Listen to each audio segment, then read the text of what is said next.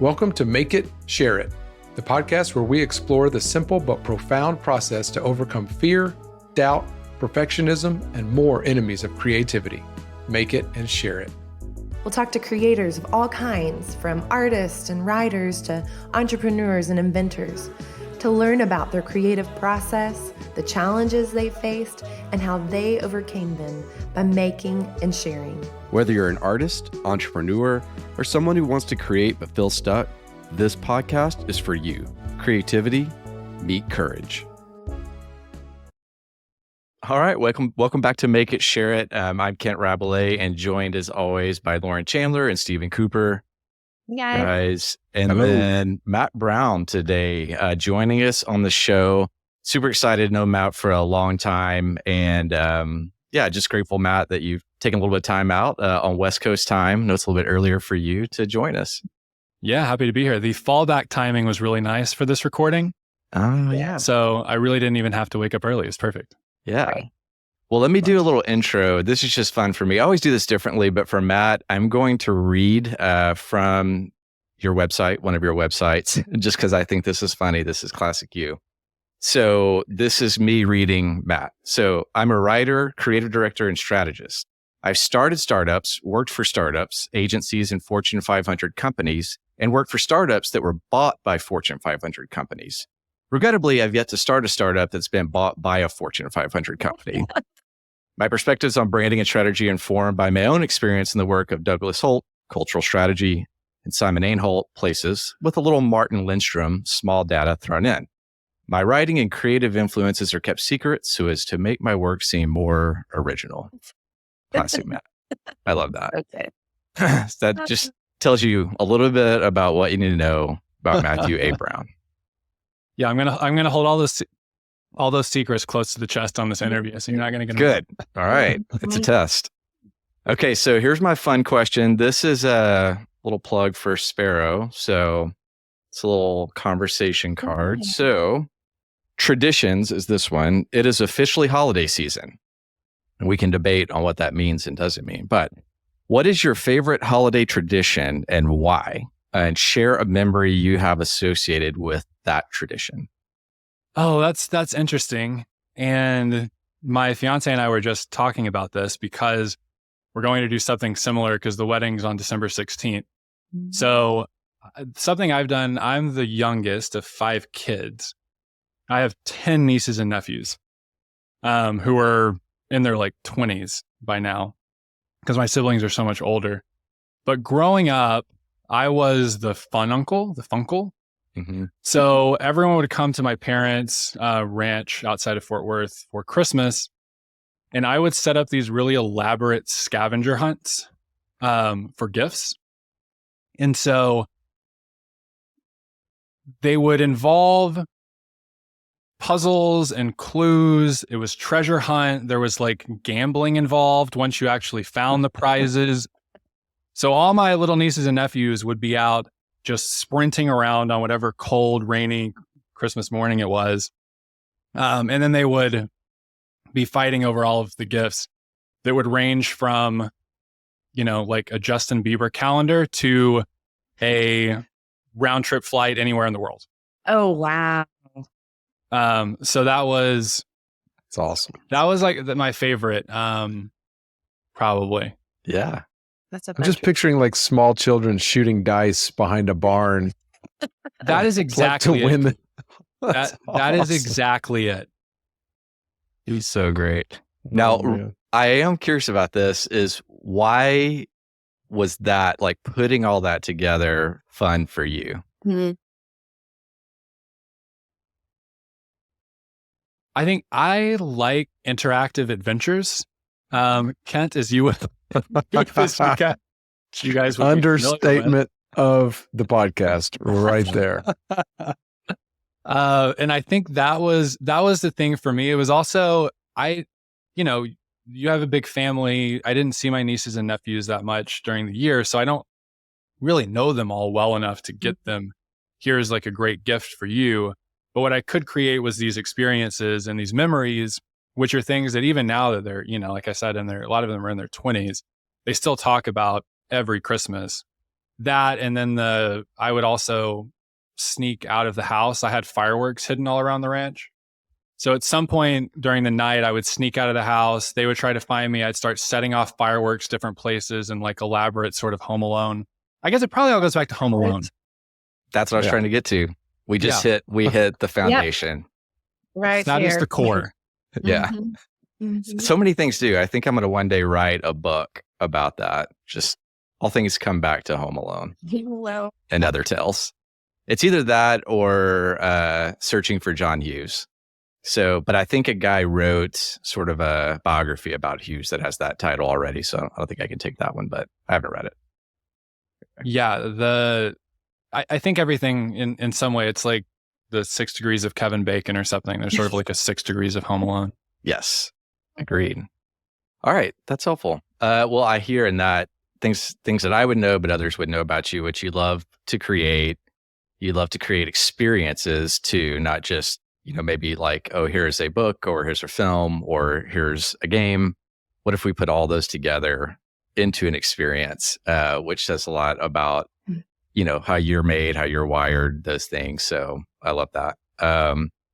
So the next thing we want to do is just kind of what we like to do is look at a turning point that was formative for you, just to go a little bit deeper. I'm not sure we'll get deeper than Home Alone. That's a tall order, but we'll try.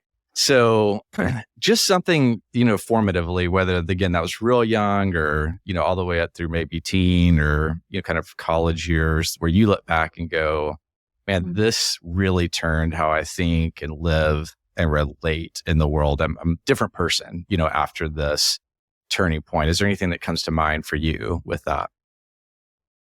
Yeah, it's tricky. To some extent, I feel like I haven't turned. I've just charged ahead in a straight line for most of my life. Yeah. Whether or not that's good or bad, I don't know. But as you know, Ken, if I see something, I just sort of like go towards that thing and destroy anything in my path. Yeah, it's true. But I was thinking about that because I know you guys have asked this question at the beginning of other podcasts. And I think there were some moments that were sort of like pivotal in terms of like what came to matter to me in life.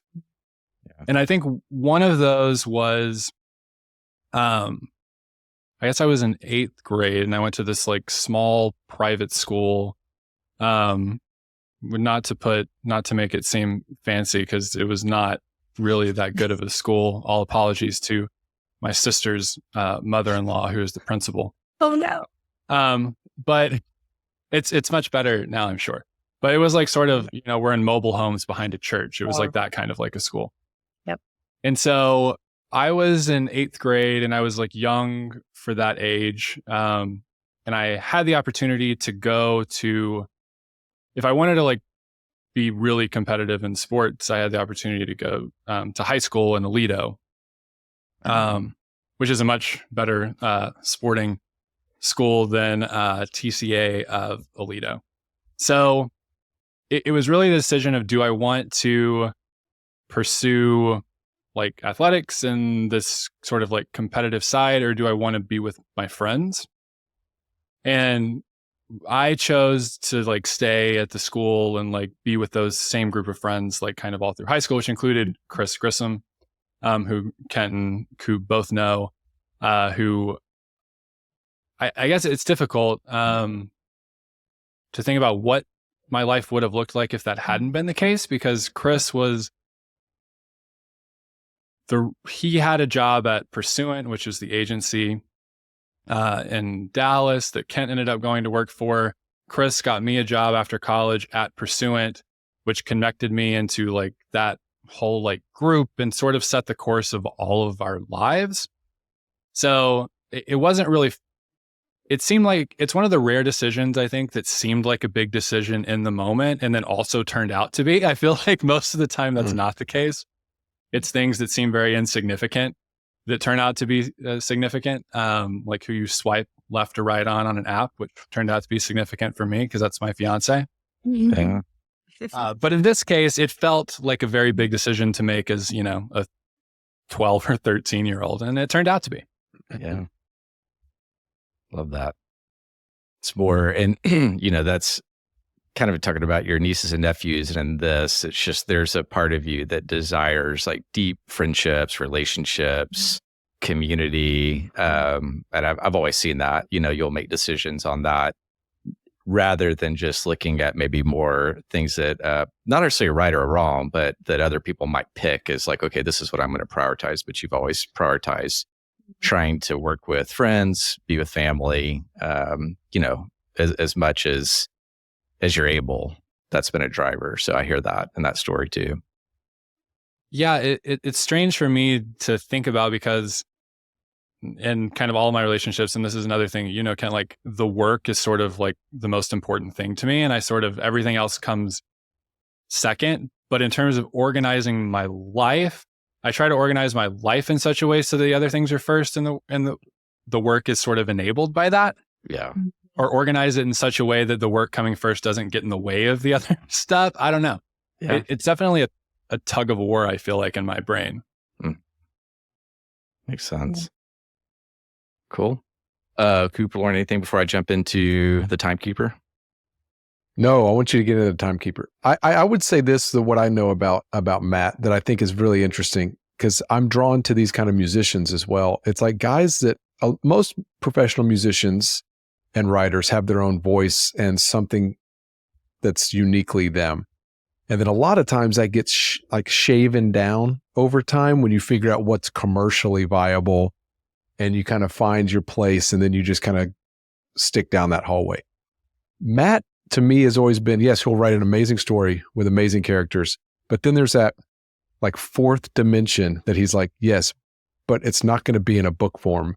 It's going to be, and then the next sentence out of his mouth is always like, wait, what? And it's like a new way to experience. So it's almost like, hey, I wrote this song. It sounds like nothing else. It's really emotional, but you're not going to play it on a streaming platform. You're going to have, and then it's like, huh? And so I've always loved that you've stuck to that, to your guns of how your vision is, when it would be very easy to just go, we can't do that. You're like, no, well, let's try it. And I feel like, to your point of your bio, one of those is going to make sense for the right company or group, or you're going to be on the cutting edge of how we're about to start, getting music and stories and TV and movies. And then it's going to be, the world will know Matt Brown. Mm-hmm. But I'm like, I've always loved that extra dimension that you bring, that I'm like, dude, I don't even know how he's going to do this. Yeah, I don't usually know how I'm going to do it either, which I think is the fun thing. Our good friend Mike Nagel, actually, we laugh about this a lot. He's like, Matt, that's just your defense mechanism, because there's no way to fail at something no one's ever tried. That's a great Nagel line. I think it's great. And I was like, that's actually brilliant. Yeah, you're right. Yeah. No way to fail at something no one has ever tried. Put it on a t-shirt. Get the revenue flowing, Mike. Yeah, no one is expecting you to succeed at this thing they don't really understand. I don't know what the model for success for that would be. Yeah. Man, taking notes on that for sure.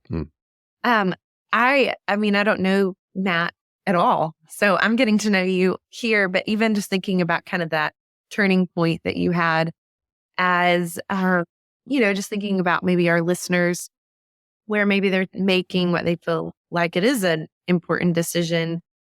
And I think what probably culture would have told you back then, and as I have kids that are like, I've got a 9th grader and she's at a small private school and she's really great in volleyball. And so there's like, do we stay here? Do we, and I think the pressure right now, and probably what you felt was, well, go to the better athletic program because that's your future.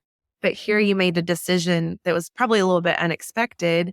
And that was the avenue through which all this other stuff happened. And you got to do this really meaningful work. And it's just encouraging to me as I'm making decisions for and with my daughter, about the future, because she's on me for different reasons. Being like, what's unexpected might work out better than what's expected. And even for the people listening right now, where they're coming at maybe a crossroads or they're making a decision that they feel like, oh my gosh, if I go this way, what's going to happen? I just think it was very encouraging that you took the unexpected turn and that ended up being where all this meaningful work in relationships has come through. So I was really encouraged by that. Yeah. What was interesting about that too is it didn't like change who I was or like what I wanted. Yeah. What it meant though is a lot of times in high school, my brothers coached at an inner city school in Fort Worth, Diamond Hill Jarvis, where it was all like Black and Hispanic. And I would drive from my high school, like all junior year after school down there to compete and play basketball. Oh, nice. So yeah, there were ways to do it that didn't involve, changing schools. Yeah. Cool. The other way you could do this was just have my athletic genealogy, which even though I was over 6 feet tall, my decision was made by God to pursue non-athletic career paths. Yes. That's the other option for some of us out there. Yeah. It was obvious, like even when I was like a really good basketball player in the 8th grade, like because I was super tall and kind of looked like Sean Bradley out there, and I was just I could do it because I was tall. Even then, as a non-self-aware 14-year-old, I was like, this is not my life. I can't do this. I'm going to be found out so soon. I got to go learn those Nirvana songs on guitar and get good at that real quick if I'm going to have any chance here. Yeah. Oh, man. All right. So what we want to do is just look at the Timekeeper. So this is the latest project for Matt. I mean, there's always a lot of things going on, but I would say the latest one that was you really poured a lot into it resources wise to give it a go. And so we would just want to hear about creating it and making it, as we would say on here, and then sharing it. But let's just start with, in your words, Matt, what is the Timekeeper for someone who has never heard of it? The Timekeeper, hold on. I think I probably have it up because otherwise it's difficult for me to describe it. It was, okay, I had to double check because I get confused explaining it. The Timekeeper was basically an interactive online event experience built around a 4-episode horror podcast. So we created a scripted podcast series called The Timekeeper about some teenagers in a small town who are trapped inside of essentially a video game. Not digitally, but they're playing a game, and if they don't win the game, they die, right? That's the sort of basic premise. And then we created an event experience online around that included a lot of different interactive elements. But that was kind of the core of it was, how can we take something that's, horror is really kind of a communal genre to begin with. So how can we create, using the latest technology, which you guys know I love, how can we create an interactive experience around that? And I would say in many ways, it was sort of a proof of concept for how the premiere of different forms of media, TV or film or whatever, how those premieres can create interactive experiences for users on like digital platforms. Wow. Yeah, makes sense. Yeah. I think it's really interesting because the first time I remember experiencing anything like this was Lost, the TV show. What was interesting though is they did not have any of their interactive game, communal experiences in play. They created it very last minute, they being J.J. Abrams and Damon Lindelof, very last minute as a pitch for ABC, for an executive there. I think, at least the story goes, it's about in a week, and pitched it. They were like, yeah, let's run with it. And then it takes off as we make things and share them. You just never know. This particular thing takes off. Then they're like, ooh, let's kind of create some of these really cool, unique, interactive experiences for the time with what tech was available then, which mostly was websites, a little bit of social media. So then what you did to me with Timekeeper is create something like that, except for you were thinking about that from the very beginning, is how will all these different elements come together to help tell the story. But yeah, how's that? Yeah, I think something that I've thought a lot about the last, well, I don't know, I guess decade maybe. But specifically the last few years is we're moving from a world where types of content are the thing that matter. Whether something is a film, whether something is a TV show, whether something is, a YouTube video, to a world where the creator matters or the story itself. And obviously the old term for that is like transmedia, right? It's one story told through a bunch of different forms of media. And that's what we were doing with Seven Poets in 2011 or 2012. But now I think that's actually happening in a way that we engage across different screens and different devices seamlessly. And so I don't think that, so what I was kind of looking for is, what is an experience that uses all of the things that we already use simultaneously? And how would that actually function? So that was on one side of it. And then the other side of it is, I was working at FX, the network, and at Fox before that, doing a lot of strategy and stuff for like around like film or shows and branded content and advertising and sponsorships. And so a big issue for media platforms now is essentially like, how do you be sticky? Like, how do you keep people from just canceling after they binge their favorite show? And how do you increase the average revenue per user without just raising prices? Because at some point, I know you guys all probably subscribe to Disney Plus, but at some point there is a number they'll get to where you'll be like, okay, $78 a month is probably too much. Yeah. Right. So for me, it was,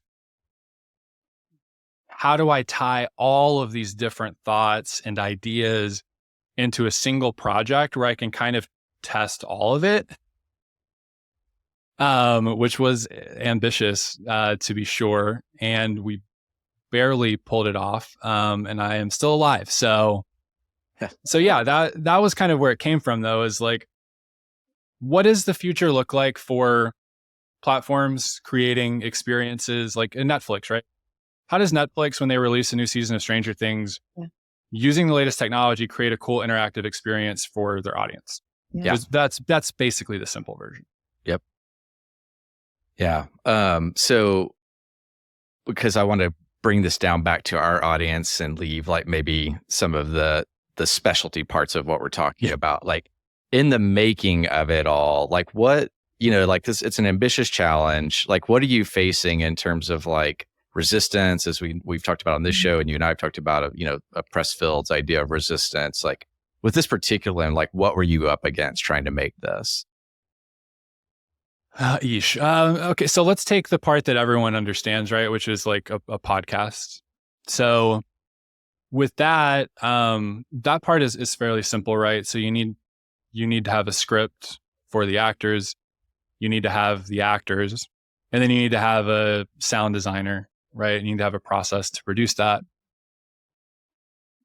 But we had never, me and my fiance now, she produced the kind of just the podcast side of it, but we had never done that, right? She comes from entertainment. She worked at Atomic Monster, James Wan's company. And she's been on the development side for TV and film.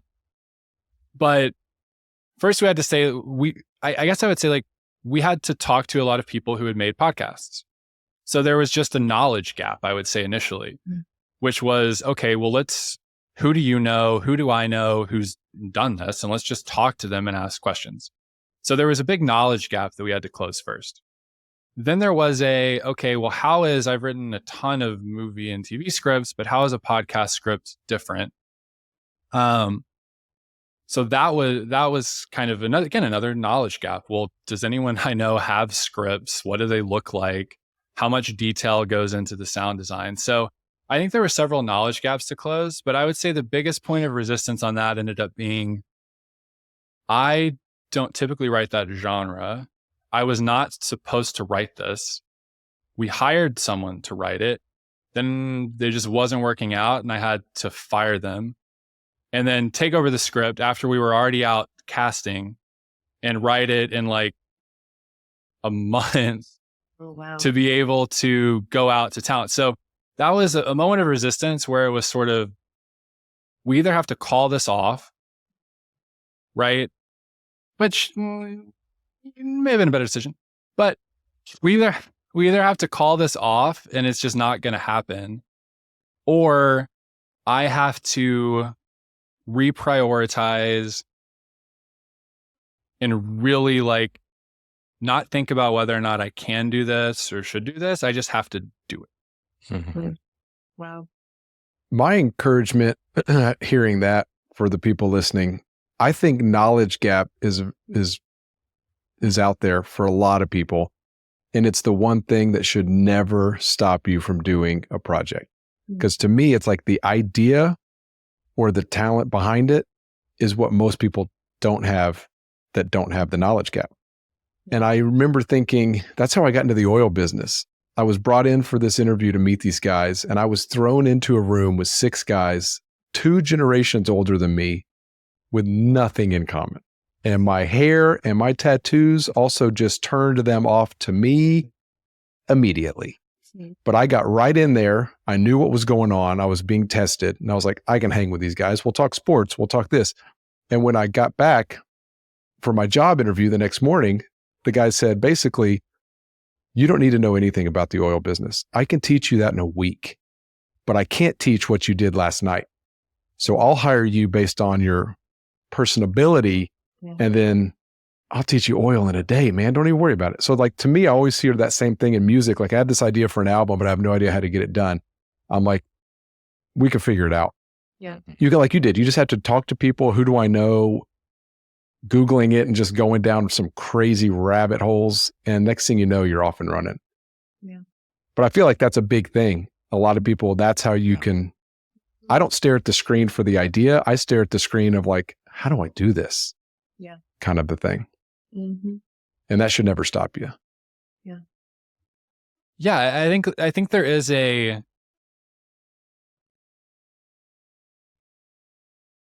I think people are maybe like scared to not know stuff. So you don't want people to think you're naive, or you don't want people to be like, well, how are you going to do this thing that you don't know anything about? And it's like, well, the answer is you learn about it, and that's how you do it. It isn't, but you have to be like, okay, not knowing stuff. And there's so many people, especially like in entertainment industry where I am, that are very like specialized, and they may know a lot about a very narrow field of things, but they don't really know much outside of it. So for this project, especially, we needed kind of a lot of different touch points of expertise. So it was not being afraid to just ask questions and reach out to people. And for the most part, like people were willing to share like their experiences and their advice, and they want to help. So I think that is like a big thing for anyone listening who's like, I want to do this thing, but I don't know how to do it. Talk to people who do. Yeah. That's good. Yeah. That's good. I also think it's interesting, you talk about the knowledge gap and where that's good. And then you can get in these places where you can get stuck in research, and it's like, and I don't want to skip to the sharing part quite yet, but it tends to happen more on the share side, right? It's like you get blocked from sharing it because you just won't stop making it. In this space, you've always been good at just, I feel like churning out content, like doing your best on that content, but then going to the next one. It's what we talked about with Craig Cunningham of the masterpiece mentality, like not getting stuck and like, okay, this is it. Like, this is my masterpiece. So therefore I'm going to keep fiddling with it versus like, all right, I made this project. Now I'm moving to the next one. Like, did that come naturally to you where you just feel like you always just were able to kind of do that and not get caught up in a masterpiece mentality? Or did you learn that over time? Like, how has that been for you? It's a good question. I think where I get really into the masterpiece mentality in a negative way is on the concept and not actually the execution of the components. Okay. So for a project like this, the actual like script is like one component of like a dozen components and is like in many ways the most important thing, but also is like not that important in a way because of everything else that I know I have to do still. So but for me, I think with this, the sort of masterpiece thing was wanting to cram every idea into one thing and like, how can I trick it out and make it like the most interesting thing possible? And so that I think is sometimes where I get bogged down versus just doing the simple version and making the simple thing. And I think that can result in cool stuff, but it can also be a hindrance if you don't ever make the parts of the whole. Yeah. Right. Yeah. Yeah, that makes sense. I've always liked the Rick Rubin thing about a table, and I don't know where he's talked about it, but his early works, he used to call himself a simplifier. Like instead of produced, he was reduced by Rick Rubin. He would come in and he just saw that bands had too much. He's like, this is the song. And so the table thing was like a table needs 4 legs to stand up properly and be a table. You can add 30 more legs to it. It doesn't make it a better table. It's still a table. But like he says, he comes in and he sees songs as tables with 30 legs. And he's like, I just got to find the 4 that it needs. And we're off and running. Yeah, that's a great, that is a great way to think about it. And I think, yeah, I guess in my mind, I'm like, what is a table that's also a ship that also is like a rocket? And at some point you're just like, yeah, maybe just make a table. Yeah. It's okay. I think Matt's one of his inspirations for always moving on past the masterpiece is your technology piece, because it's always changing and improving, and we're getting our media in different ways. And so each new thing that pops up, I think just like lights fires in his brain of like, well, now wait a minute, what, and then it's like, so he can't be stuck on the one he was doing 2 years ago, because now it's not outdated, but it's like there's something to move forward to, which I think is really cool. Yeah, that's a great point. I think the possibility is kind of what excites me, like seeing what's possible. And so that, I would say like this project, even though it was, last year was a lot, it was the most excited I'd been in a long time about the potential of something. And not the potential really of the Timekeeper itself just as a piece of like IP, but in the potential to experiment and kind of be one of the first ones playing with something that I think is going to be really big in the future. Yeah.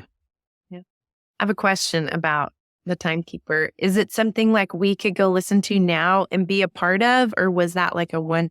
I know we can listen to the podcast, but how does the event work? Like, can we go to it now? How does that work? No, and I would say you can't. Darn.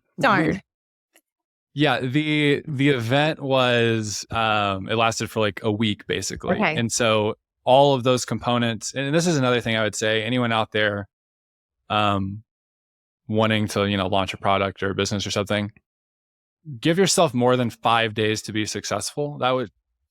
I would say like that's I've learned that. I should have learned that when we did 7 Poets a decade ago. Doing things that are live that have a very limited window of success or discoverability. Yeah. Is a challenge. It works when you already have a huge audience, right? Which is why for me, I was like, I'm really kind of testing a concept that would work great for Netflix or Disney. Yeah. But I'm not currently working for those places. So I had to like make all of it myself. Yeah. Okay. That's good. Makes sense. Just while we're on it, I know I'll put it in the show notes, but Matt, what if for people that just want to listen to the story, what's the best way to go? Spotify, Apple, anywhere you get your podcasts, you will find the Timekeeper. And on Apple, it's actually under Heart Starts Pounding, which is my fiance's always on weekly podcast. So I'll plug that. But yeah, those are both under the Heart Starts Pounding banner. Okay, cool. Great. Well, I wish I'd known the discoverability part. I totally would be there. But hey, maybe Netflix and Disney will get onto this and then they'll buy your idea and go from there. That's the hope. We're I think we're all of the strikes have put a damper on having those discussions, but fingers crossed going into next year we'll be in a good place. At the right time. Yeah. So talk a little bit about the sharing of all this. You've made it, it's, obviously complex. There's a lot of moving pieces. Again, we've hit on some of it. One, we've got the finite, time piece of sharing. It's a learning lesson that's going to make something really challenging to have that, 1 week sort of, it has to hit.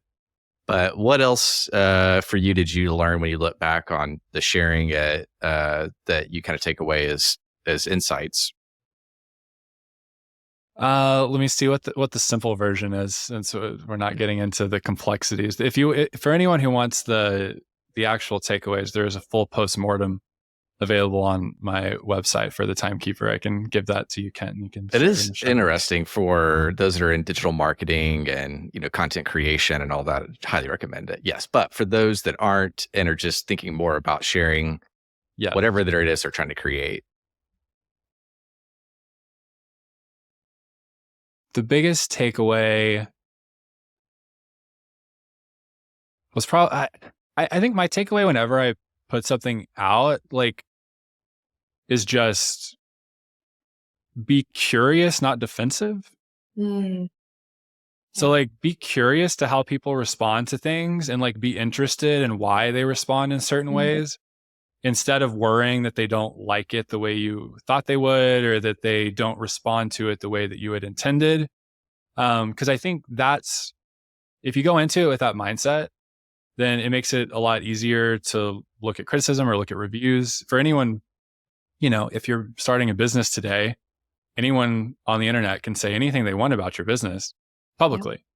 If you're putting out a piece of content, anyone on the internet can say anything they want about your content publicly. So you need to come up with, I think, a healthy way to relate to that dynamic. And I think for me, it's just be curious about it. Good. I think the share it part now has got just as much knowledge gap as anything else with everything we're creating. It's like the release strategy is just as changing and ever moving as technology. So to me, that's another thing. You've created something, it's time to share it. That's another time to reach out to who are 5 people that I know are doing this and get their postmortems on their last project to try to help me navigate what to do. I think to me, I find myself, I know how to make music and the music I want to make now, but by the time I make it every 12 months, it's a different strategy on how to release it and to where. And so you got to kind of keep up with that knowledge gap that's always trying to expand on you. Yeah, I think that marketing used to be very simple, right? I graduated with my degrees in marketing in 2006. Marketing back then was pretty easy. Every marketing class I took was the same class. There weren't any different classes. It was just one class where you learn the same things over and over. Yeah. Marketing today, it is sort of infinite. The way I always talk about it is, I won't mention gravity, Kent, but I was like, is he about to do gravity? I think there's a way to do it that people, but anyway, go ahead. I think you used to, if you had anything that you were trying to sell to people or get people to listen to, you were sort of sending it through a few channels to reach everyone. Now you have to send it through everyone to reach someone. That is an enormous fundamental shift. And I think a lot of people who have been doing things for a long time haven't necessarily adapted to that. And I think a lot of people who have grown up inside of digital media don't necessarily know how to harness that. Mm-hmm. It's a massive challenge. How are you thinking, again, post all of this experience with Timekeeper? I think it's interesting, even with Kaylin and Heart Starts Pounding, is that it's a huge success. And as I was telling you and her the other day, I think part of that is because she simplified so much down to, this is the tribe of people that I, want this to get to. And it's what I love. Like she loved it. She is as a fan. And it's like this simple concept of a podcast that's just taken off because she hit her tribe. So I've been thinking a lot in, an upcoming audiobook I'm doing. It's just like people follow people. Who are maybe some of the people that where I can just get this into, like, they are going to love this story. It's their kind of story. I don't know. We'll see how that goes. But like, how are you looking at it? I mean, it's a huge challenge. How does someone try to overcome this challenge? And granted, you could spend obviously a whole book on this topic. Speaking of them, you could spend a marketing class, but at a high level, just how are you thinking about navigating, getting things through everyone or anyone so that you can find the someone? Yeah. I think a lot of people at a lot of companies are trying to figure that out. For us, I guess maybe now I will talk about gravity, but the way that I think about, and this comes from the intro that you read on my website from the beginning, it is a combination of the work of several different marketers and cultural strategists that I just sort of have picked little pieces from. I think of narrative and storytelling as a sort of like gravitational invisible force, right? That holds things together. So people share a set of beliefs, or they share a set of ideas, or they share a love of a sports team. I, in my mind, visualize all these little planets, right, that people orbit around. And some things you have a light attachment to, right? Some things you have a strong attachment to. But for me, when I'm thinking of a product or a brand or a company or a business, I'm thinking, how does the thing that I'm making pull people into it? Like, who are the people who are going to sort of orbit around it naturally, right? If I'm making a song and it's in a genre, right, it's a specific type of music, people who like that type of music or that type of band may be my natural sort of like group. So I want to say, in my mind, I'm thinking, okay, then my audience is going to be composed of all of the different places that those people naturally orbit around. Like, so that's how I think of it. And then I think of, okay, how can I then connect all of these different parts and pieces? So I would say in practice, like with Kaylin's podcast, it's for the darkly curious. It's horrors, hauntings, and mysteries. It's sort of not too dark. We call it ethical true crime sometimes. Sometimes it's supernatural things. So that started with her from big social media followings. And then it was saying, okay, well, there's social media. There's a lot of, but there's not really any gravity around you, right? So if you're on the For You page on TikTok, you don't actually have that gravity.